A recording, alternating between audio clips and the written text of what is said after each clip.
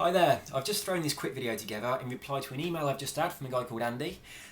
His email, I'm going to read out one sentence from it. It says, I just can't buy the reality of an instant induction like the handshake when you just command sleep. And how does this work on total strangers?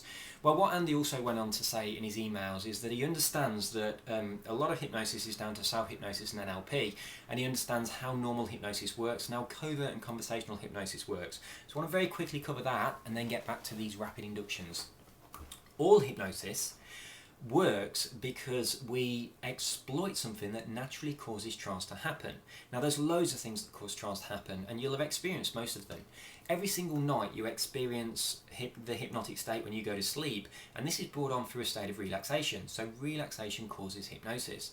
Now hypnotists know this, so they use the progressive relaxation induction. It's probably the first one you learn to do, and they relax your body and you go into hypnotic state. Another thing that causes trance is fixation of attention. Now, you will have experienced this if you've ever gazed into the flames of a fire when you're out camping. It really puts you into a profound altered state. Now, of course, hypnotists know this as well, and they exploit this, much more so in the olden days with the swinging pocket watch, but these days with focusing your attention on a thought or an idea. In fact, it was James Braid, the guy who first came up with the term hypnosis and then later regretted it, who first realised that people go into trance based on fixation of attention when he saw someone gazing at the reflections of a highly polished brass oil lamp in his office. So we've got relaxation and we've got fixation of attention. These are things that are often grouped together. When we're doing hypnotherapy, it's very easy to relax someone and get them to fixate on an idea and talk them down into trance and go through this progressive stage where we can increase the possibilities of them entering hypnosis by creating the conditions that will cause it to come about. So in that sense, we're acting a little bit like a coach, and we're guiding a person to put themselves into a hypnotic state by saying things to them that cause them to have the kind of experience that normally makes trance happen. So that's how that works. But what about these rapid inductions, like the handshake induction? Well, this is very similar. It also exploits something that naturally causes trance to happen. It's a little bit different to conventional hypnosis, but in this case, what we're exploiting is one of a couple of things. It's either shock, which can cause hypnosis to happen, or confusion, or just being completely overloaded. Now, the conscious mind can only handle 5 to 9 pieces of information at once, so if there's too much going on, the conscious mind just shuts down. It lets the subconscious take over, and then you can slip suggestions in. Now, this is the way that confusion inductions take place. Now, when we say pieces of information, we can chunk information, but the mind has to process things. So if we're using a confusion induction, normally we use ambiguities within words, such as the word right, which can mean right is incorrect, or it can mean towards the right hand side of something. So if we use that, or if we say left, so if we say the right one for you is going to be one that's right when what's left has been taken away, leaving you to do what's right for you and not what's left. So in order to process that sentence, your mind has to think of all the different possible meanings of the word left and the word right, and then pick the right one so it makes sense. And that kind of processing starts to overload the conscious mind. So this is how confusion techniques work. Next, we've got shock techniques. Now, shock techniques work simply because the conscious mind thinks, what's going on? And just shuts down. And the subconscious takes over to try and save the day because it thinks there's an emergency. This happens very, very naturally in situations that normally result in somebody getting a phobia. So, for example, if you've got a phobia of something, let's say, for example, I used to have a phobia of heights. I haven't got it anymore. I got rid of it using NLP. But I had a phobia of heights for most of my life. And what caused it, what started this phobia? When I was a child, I ran to the edge of a cliff. And I had no idea it was a cliff edge. It was a forested sort of cliff area. And I ran to what I assumed would just be a gap in the trees, and it wasn't. It was a huge drop. And my dad was standing near the edge of the drop, and he grabbed me as I got close to the edge. And he was terrified, and he shook me, and he was like, oh, that's the edge of the cliff, don't go over the edge. And that scared the hell out of me, and it shocked me, and I was like, oh, what's going on? My conscious mind shut down, my subconscious mind took over, and I immediately accepted my dad's suggestion. I can't remember the actual words he used, but the suggestion he gave me was that heights are bad, heights are dangerous, I should be scared of heights and all that kind of stuff. Straight away there, that went into the subconscious mind. I calmed down, the doors closed, I got back to normal conscious processing, and I'd accepted this phobia, which I then had for probably about 25 years.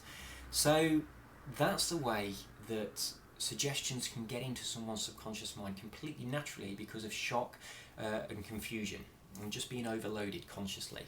Now, a hypnotist knows this and exploits it during rapid inductions. So how we can do this, we can either completely confuse the hell out of somebody, and a lot of street hypnotists do this. They'll ask for directions just to establish a conversation with someone, and then as soon as they go in the direction, they'll say something completely bizarre and utterly confusing, and the person, whilst they're confused, that's like a doorway's opened up to the subconscious, and then they slip in there and give their suggestions and then flow straight into a deepener. Another way that we can use a rapid induction, and much more common, the handshake induction particularly, is an interruption induction. If we do any process that we consider one set movement, we've chunked it into one process and we understand it, it hasn't really got any stages other than it starts, we do it, and then it ends. If we can interrupt that, then the conscious mind has no idea what's going on. It gets confused, it gets vulnerable, and it's looking for something to grab hold of. It's looking for a way out because it feels unfamiliar. And this is what happens when we interrupt a handshake induction. So somebody reaches out to shake your hand, rather than shaking their hand, which is what they expect, you grab their hand, you lift it up, you do something unusual. It doesn't matter what you do. You don't have to say, look at your hand, close your eyes, and all the kind of things that you'd normally associate with a rapid handshake induction. You could do anything at all. Whatever you do, it's going to generally cause them to go into trance because they're in an unfamiliar situation. So the way I like to think about it, if you imagine that you're a salesman and you've just knocked on somebody's door, cold calling, if they open the door and they see you're a salesman, they go to shut the door and you jam your foot in the door, then you've got your foot in there, but if you don't hurry up and give them a really good benefit, a really good feature of your product that's going to make them open the door and let you in, they're going to shut the door and you're going to be on your way. So a rapid induction is a little bit like that. The actual confusion and the shock opens the door, and then you jam your foot in. And you do that usually with the word sleep in a very commanding downward tonality. But then you've got to flow directly onto a trance deepener in order to be able to get them to open the door and let you in. So most rapid inductions, they'll be the trigger, which is going to be the confusion or the shock or whatever it is that you're going to use to create the opening. Then you'll have the word sleep, followed by the word because, and then a trance deepener. So you've got the confusion, you've lifted their hand, done something unusual, told them to stare at their hand, said some confusing nonsense, and then it's sleep, because as you listen to the sound of my voice, when I count down from 10 to 1, you'll go deeper and deeper into trance. So flowing straight into it like that.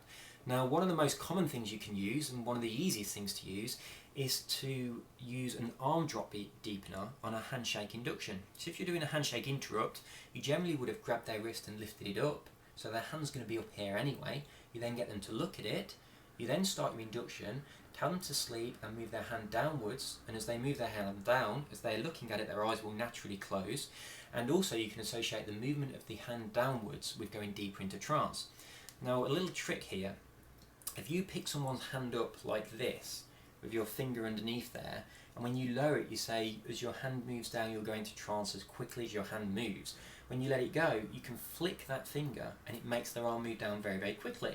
Now, you don't have to use that, but it's a nice little touch to be able to kind of throw somebody's hand down to their side and cause them to suddenly drop into trance, because you can associate triggers with the hand hitting their side and making them drop, who knows, 10 times more deeply into trance. So that's how these inductions work.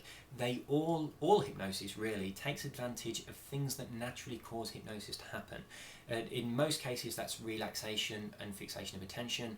In all cases of street hypnosis, it comes down to shock and confusion and just overwhelming somebody's conscious mind, so it has to shut down, and then you just slip straight in there, but you must flow into the deepener very, very quickly. So Andy, I hope that answers your question, and I really hope that anybody else that was wondering the same thing, that answers that for you. So take care and bye-bye.